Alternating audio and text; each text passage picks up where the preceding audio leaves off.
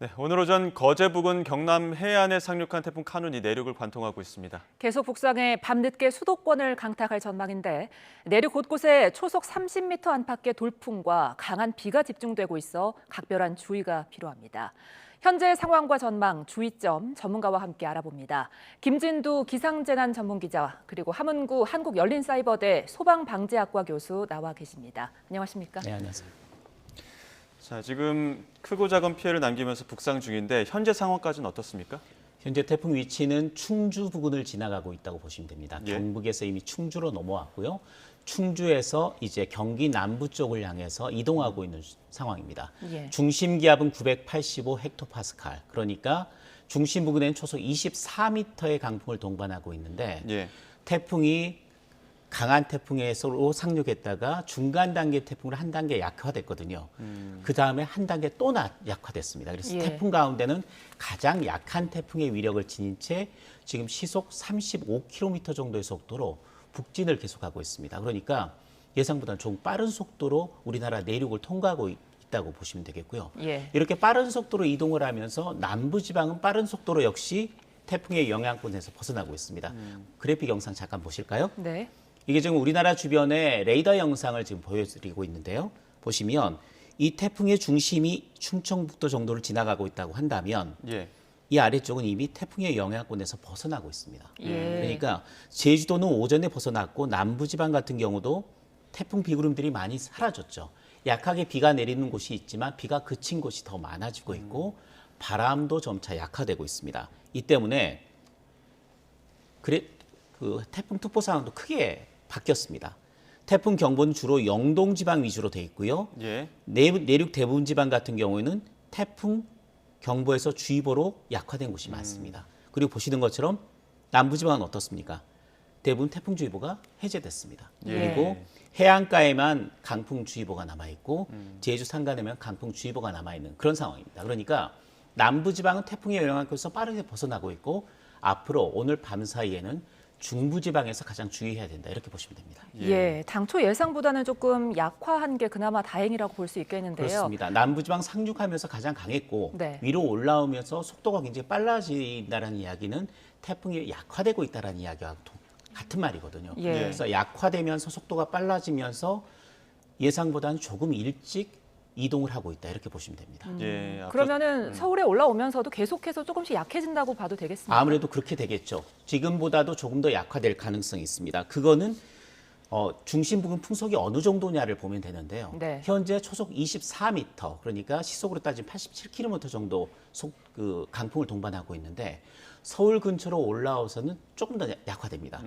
초속 20m 정도의 바람이 서울 근처에서는 부는 걸로 지금 조금 더 각 태풍의 위력이 약화되는 것으로 지금 보고 있습니다. 예. 지금 서울이 가장 큰 고비를 남겨두고 있는 상황인데 교수님, 앞선 그 극한호우와 장마를 거치고 나서 좀 물을 많이 머금고 있는 곳들도 많지 않겠습니까? 지금 이렇게 또 비를 뿌리고 있다 보니까 산사태에 대한 위험성도 많이 지금 강조를 하고 있는 것 같습니다. 지금 상태에서 봤을 때는 어떤 산사태 위험 정도 어느 정도로 봐야 됩니까? 네, 산사태 위험 정도 굉장히 높은 수준이라고 보여집니다. 특히 예. 지금 영동 지방이라든가 이 강원도, 예. 이 고성 쪽, 그다음에 삼척군, 삼척시 예. 이런 영동 지방 같은 경우에 전형적인 이제 산악 지역이고요. 기본적으로는 이제 함수율이 지난번 집중호우와 이번에 이제 호우 사태로 굉장히 높은 거의 90% 가까운 함수율을 보여주는 것으로 나타나고 있고요. 예. 무엇보다도 이제 산사태가 일어나는 가장 큰 원인은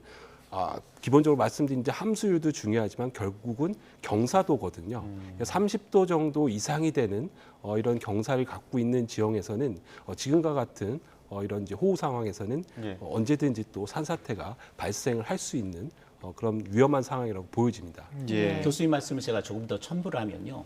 오늘 강원도 동해안에 가장 강한 비가 내렸습니다. 예. 시간당 강우량이 90mm를 넘는 폭우가 쏟아졌고 예. 총 강우량도 영동 지방을 중심으로 350mm를 넘고 있습니다. 그러니까 아무리 토양이 바짝 말라 있어도 이 정도의 비가 오늘 하루 동안 내렸다면 이미 토양이 포화 상태가 된 상태고요.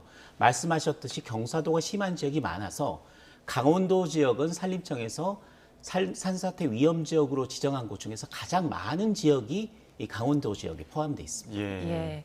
아직은 뭐 산사태가 일어나지 않았다고 하더라도 안심할 수 없는 상황인 거죠. 태풍의 영향권에서 완전히 벗어나기 전까지는 동해안 지역은 아직까지 계속 비가 더 내릴 가능성이 높습니다. 그래픽 잠깐 보실까요? 네. 현재 보시면 이쪽으로 이 동해안 쪽을 중심으로 이렇게 좀 약간 진한색, 자주색으로 표현된 그 비구름이 머물고 있습니다. 이 네. 지역에는 시간당 40에서 80mm 정도의 비가 내리는 지역입니다. 여전히 비가 내리고 있고 태풍의 영향권에서 벗어나기 전까지는 영동 지방에 가장 많은 비가 내릴 가능성이 높고요. 네. 또 이렇게 약간 중간 부분에 좀 빨간색, 주황색으로 표현된 부분들이 있습니다. 이 지역 같은 경우 시간당 30mm 비가 내리는 지역이거든요.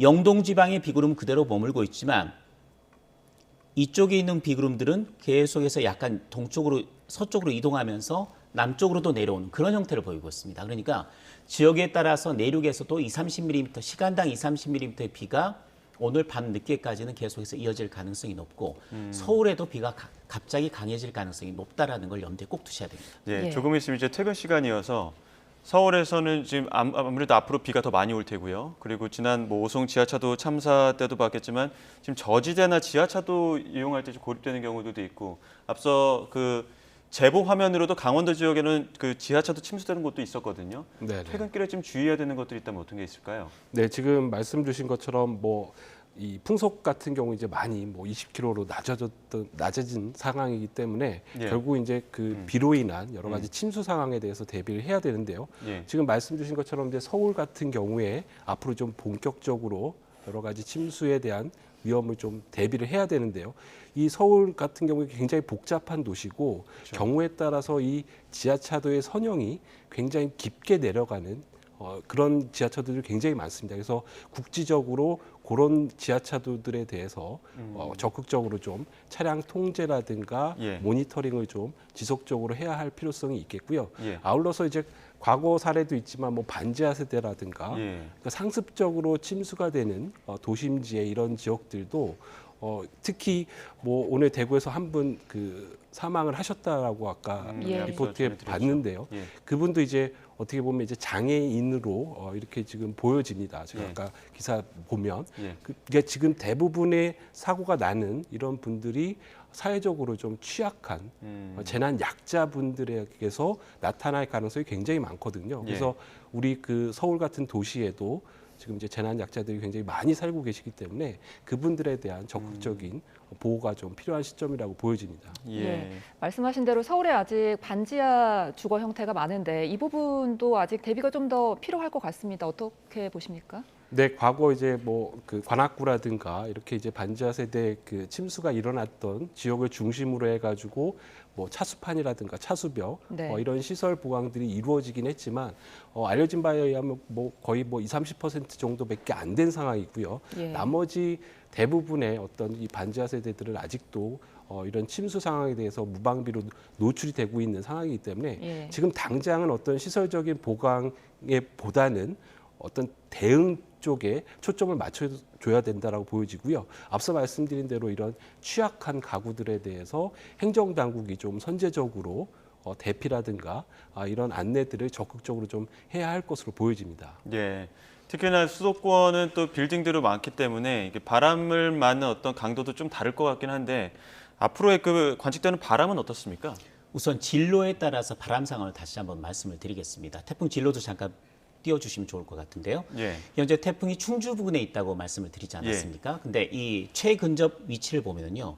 여주가 오늘 밤 8시, 20시 정도가 됩니다. 그리고 양평 쪽이 21시가 되고요.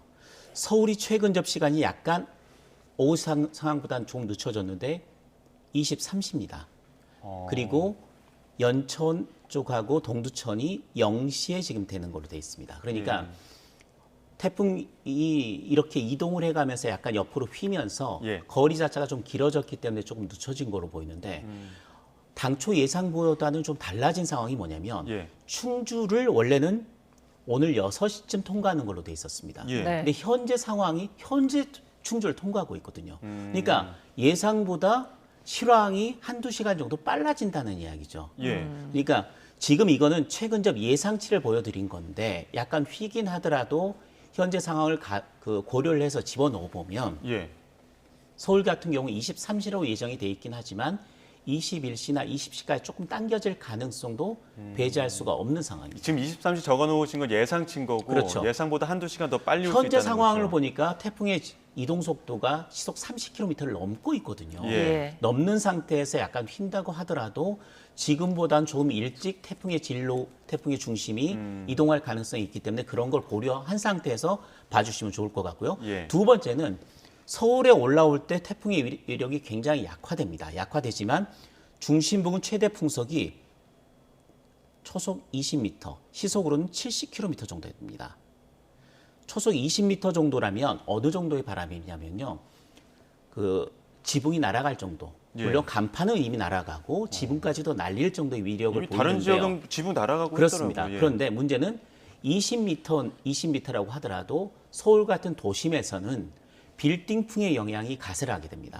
그러니까 빌딩 사이를 이 초속 20m의 바람이 통과를 하게 되면 최하 30%나 40% 정도 바람 속도가 빨라집니다. 예. 극한의 경우에는 최악의 경우에는 2배 가까이 빨라지는 경우도 있습니다. 그러니까 초속 20m의 바람이 서울 도심을 통과할 때는 초속 25에서 최소 30m 정도까지도 불 수 있다라는 이야기고요.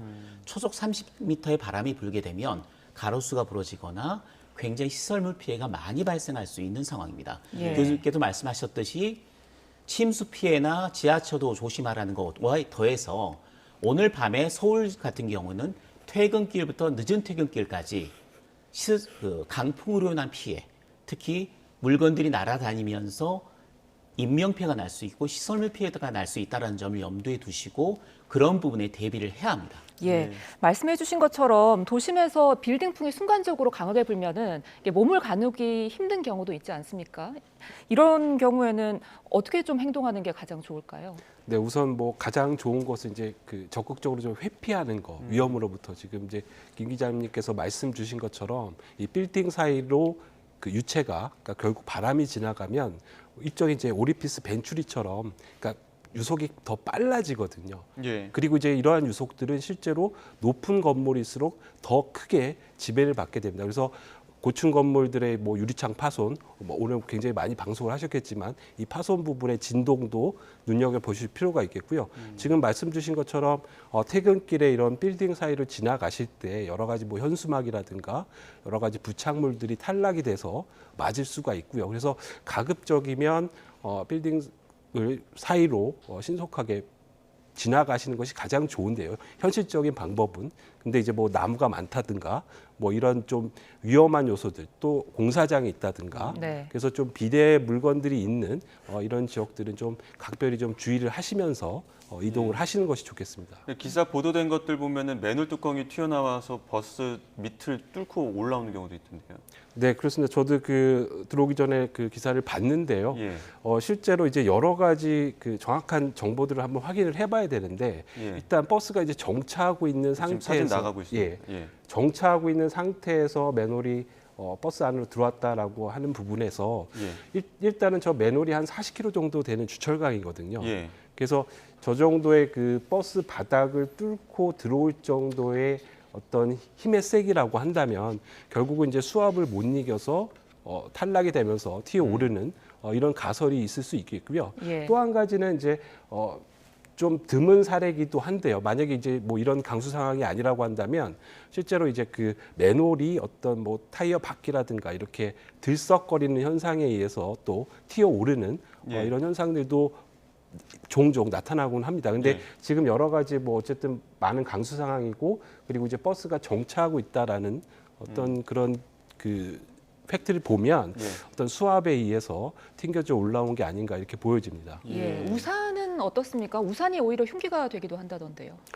그렇습니다. 뭐 우산도 실제로 그 굉장히 풍화중을 받으면 뭐 이제 꺾어지기도 하고 또 이제 뭐 본인이 이제 제대로 그 제어를 하지 못하면 뭐 날아가서 뭐 인접한 사람들한테 또 맞을 수도 있기 때문에 예. 굉장히 바람이 극심한 상황이라고 한다면 좀 우산을 접거나 차라리 비를 맞고 가는 게 더 나은 건가요? 뭐 극단적으로 말씀드리면 그게 더 좀 안전하다라고 볼 수 있겠습니다. 네. 예. 자, 지금까지 어떤 진로 상황을 봤을 때 태풍 어느 시간대에 가장 큰 고비고 어느 시간대에 물러나갈 걸로 보이십니까? 레이더를 보면서 조금 설명을 예. 드리는 게 훨씬 나을 것 같습니다. 네. 레이더 영상을 보면요. 앞으로는 빕니다. 비가 주로 충청지방 쪽 위쪽으로 지금 내리고 있는데 충청지방은 비가 좀 잦아든 우리가 중계에서도 앞서 봤지만 좀 약화된 모습 볼 수가 있고요. 강원도 영동지방은 계속해서 비가 강하는데 이건 지형적인 영향이 겹친 거고요.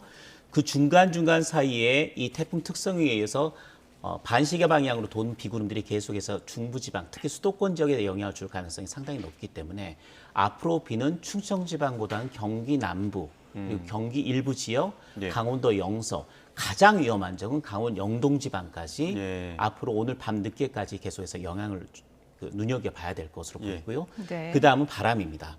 바람은 태풍이 지나가는 지역 같은 경우는 같은 위도 지역이 가장 강하고요. 태풍은 그 위도 지역을 넘어가면 바람이 급격하게 약화됩니다. 따라서 현재 태풍의 진로에 따라서 보자면 오늘 밤 18시부터 21시 사이에는 이 충청도 위의 지역, 경기 남부까지 주의를 기울여야 되고요. 예. 21시 이후부터는 수도권 지역도 특히 주의를 기울여야 합니다. 예. 그런데 이게 조금 빨라지는 상황이 된다면 아까 말씀드렸듯이 위치가 완전히 바뀝니다. 수도권이 19시에서 20시 사이부터 굉장히 주의를 기울여야 되는 시간으로 한두 시간 정도 빨라지게 되는 거고 마지막으로 이 태풍의 영향이 언제 끝나냐가 가장 큰 문제인데 예. 현재 이 태풍이 북한 지방으로 올라가는 상황에서는 속도가 좀 늦어질 것 같습니다. 왜냐하면 우리나라를 통과하면서 상층에 찬 공기가 머물고 있는 상태에서 태풍의 이동 속도가 상당히 느려집니다. 이 때문에 우리나라 경기 북부, 강원 북부, 영서 북부 지역 같은 경우는 내일 아침까지는 강풍 피해 조심해야 되고요. 비는 바로 태풍이 지나가면 바로 그치게 되는데 이번에는 태풍이 북한에서 약간 머물면서 정체하듯이 느리게 이동을 하기 때문에 내일 오전까지는 중북부 지방을 중심으로 약하게 비가 더 내릴 가능성이 있다. 그때 내리는 비는 피해를 줄 정도로 강한 비는 아닙니다. 예. 세력이 좀 약해졌다고는 하지만 안심할 수는 없는 상황인 것 같습니다. 태풍은 태풍입니다. 예. 지금 이후로 현재부터 우리가 할 수 있는 대비책 그리고 가장 주의해야 할 점 뭐가 있을까요, 교수님? 네, 우선 기본적으로 이제 뭐 서울이라고 하는 수도권이 앞으로 이제 좀 벗어나야 되는 이런 시점이기 때문에 예. 어떤 도시가 갖고 있는 여러 가지 이제 굉장히 많은 인구가 있다라는 점입니다. 그래서 아주 사소한 아주 작은 실수만 갖고도 여러 사람들이 피해를 받을 수 있기 때문에 앞서 말씀드린 대로 빌딩풍이라든가 그리고 이제 지역적인 침수 이런 상황들 좀 눈여겨볼 필요가 있겠고요. 네. 그리고 이제 앞서 말씀 주신 이제 영동 지방이라든가 이 산악 지역의 산사태 같은 경우는 실제로 이제 상당 부분 시간이 지나더라도 이후에 또 여러 가지 상황에서 발생을 할 수 있거든요. 그렇죠. 그래서 예. 여러 가지 기상 상황이라든가 산사태 위험 징후 이런 것들을 좀 꼼꼼히 좀 살펴보실 필요가 있겠습니다. 예, 알겠습니다. 여기까지 듣도록 하겠습니다. 지금까지 김진두 기상재난 전문 기자 그리고 함은구 한국열린사이버대 소방방재학과 교수와 함께했습니다. 오늘 말씀 고맙습니다. 고맙습니다.